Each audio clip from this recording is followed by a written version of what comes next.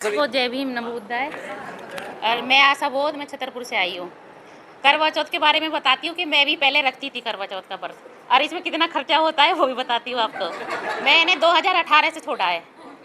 मैं क्या करती हूँ, मेरे तो पति खुद 3000 की तो साड़ी लाते थे मेरे लिए, और 2000 का मेकअप चूड़ी, तो 5000 तो ये रहा।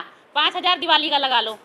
उसके बाद अगोई का भी रखती थी मैं बच्चों के लिए 10,000। और फिर ये जो श्राद्ध हैं, श्राद्ध के बाद फिर वो देवउठनी के आस है, मतलब श्राद्धों से लेकर और देवउठनी तक 30,000 का ये छोटा मोटा सा मतलब लगा लो। तो इस पैसे को बचा के देखो, मैंने तो ये छोड़ा है, तो इससे तो मेरा 30,000 का बैलेंस तो ये बचा है। तो इसे मैं अपने बच्चों की पढ़ाई में लगाऊंगी देखो। और जब पता नहीं था, देखो बाबा साहब को हमने पढ़ा नहीं था, जब से पढ़ा है और प्रोग्रामों में ये मेरे को ले जाते थे, तो जब से ही थोड़ा ज्ञान हुआ है हमें। पर छोड़ा तो ऐसा छोड़ा कि मैंने सब कुछ ही छोड़ दिया। ये देख लो, सारा कुछ चेंज कर लिया अपने आप को।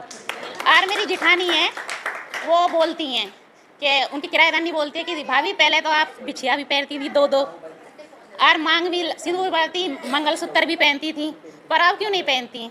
तो मैं चुप रही। फिर हमारी जिठानी बोली, कह रही ये आजकल का फैशन चल रहा है बिछिया ना पहनने का, सिंदूर ना लगाने का। फिर मैंने उन्हें जवाब दिया कि देखो, फैशन की बात रही, ये फैशन भी हर एक किसी के बस की नहीं है करना।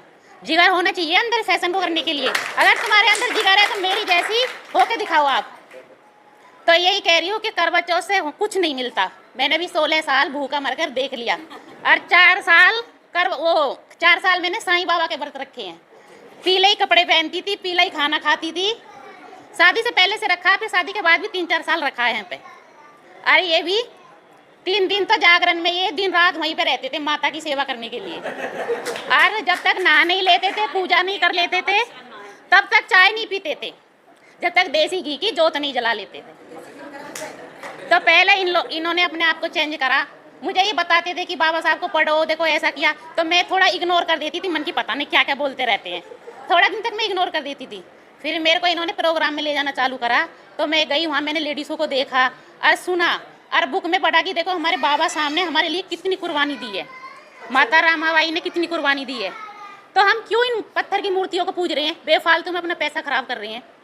अच्छा खाओ, अच्छा पहनो, अपने पतियों को भी खिलाओ, खुद भी खाओ, बच्चों को खिलाओ, उम्र तो ऐसी लंबी हो जाएगी हैं।